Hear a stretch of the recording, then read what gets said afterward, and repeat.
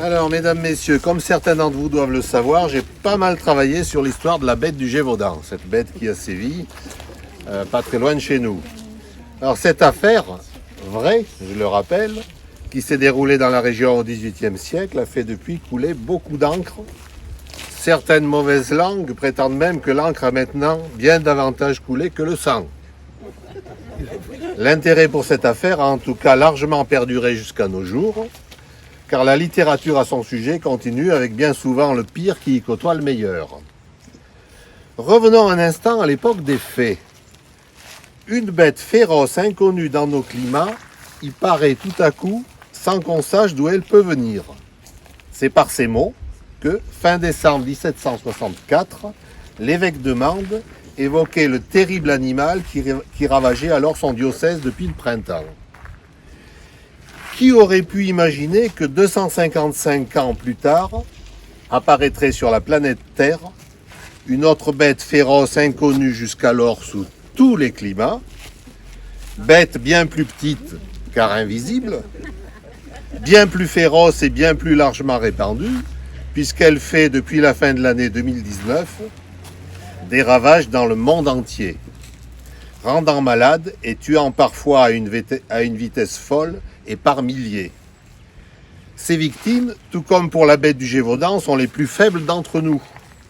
Mais contrairement à la célèbre créature gévaudanaise, elle fait peu de dégâts dans les rangs des enfants, des adolescents ou des jeunes adultes, préférant largement les personnes âgées, alors qu'en Gévaudan, ce furent souvent de petits gardiens de troupeaux qui périrent.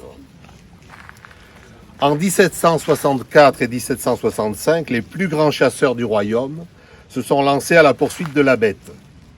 De nos jours, ce sont les plus grands scientifiques du monde qui traquent l'ennemi. Ce virus a complètement chamboulé nos vies et nos sociétés, et cela à une toute autre échelle que la créature du Gévaudan, qui avait en son temps perturbé les relations humaines, le commerce et les foires. Depuis le début de la pandémie, beaucoup de manifestations ont dû être annulées. Tel fut le cas du Salon de Prades en 2020, pour lequel j'avais déjà été pressenti comme parrain. Chacun a tenté de se protéger au mieux, en sortant moins, en se masquant, en évitant autant que faire se peut les contacts avec cette minuscule bestiole, qui a un sérieux avantage sur la bête du Gévaudan, car cette dernière, la plupart du temps, au moins, on la voyait arriver. Un des bienfaits de cette petite bête et des confinements qu'elle a entraînés a cependant été, paraît-il, de favoriser la lecture. Alors que la crise économique sévissait, le livre, lui, se portait au mieux. C'est ce qu'on a entendu dans les médias, du moins. Les auteurs que nous sommes ne peuvent que s'en réjouir, les libraires aussi, les organisateurs de salons également, et la lutte acharnée contre le virus ayant commencé à porter ses fruits, eh bien, le Salon de Prades a pu revenir cette année, et c'est tant mieux. Un grand merci donc à Pierre Benoît et à sa fidèle équipe de bénévoles qui organisent si bien et depuis si longtemps ce rendez-vous littéraire devenu maintenant incontournable dans la vallée de l'Allier et même dans le département. Continuez à promouvoir ainsi les livres et leurs auteurs, vous êtes dans le vrai. Merci à vous, collègues écrivaines et écrivains, certains fidèles depuis le début.